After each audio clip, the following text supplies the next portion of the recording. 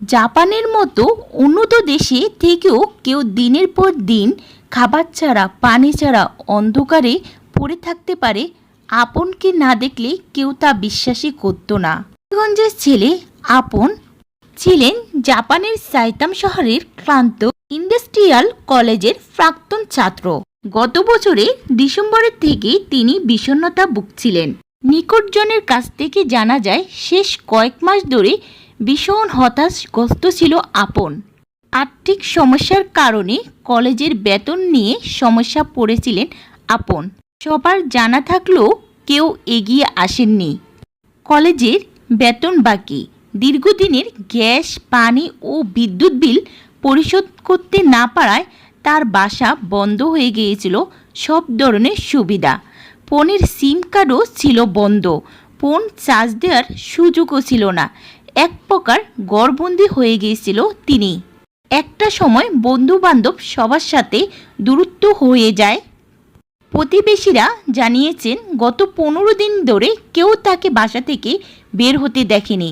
বাইরে থেকে কেউ খাবার দিলেও সেগুলো থাকতো ঠিক আগের জায়গায়, কারণ ভেতর থেকে দরজাটা খোলার মতনও শক্তি ছিল না তার। তাকে শেষবারের মতন দেখা গিয়েছিল রান্নাঘরে ছোট্ট জানালার পাক দিয়ে।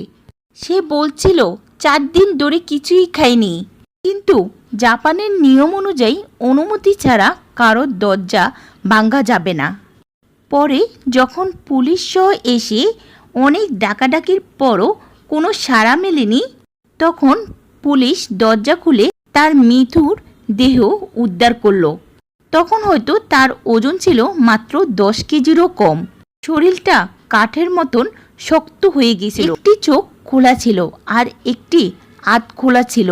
মনে হচ্ছিল সেই চোখগুলো যেন যুগ যুগ ধরে খাবারের আশায় অপেক্ষা করেছিল।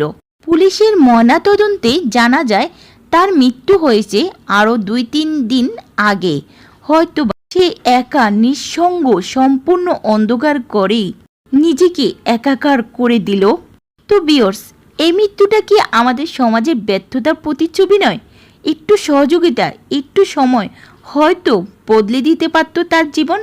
এভাবে কোনো আপনে যেন হারিয়ে না যায় ক্ষুধার কাছে, একাকিত্বর কাছে বা আমাদের অবহেলার কাছে।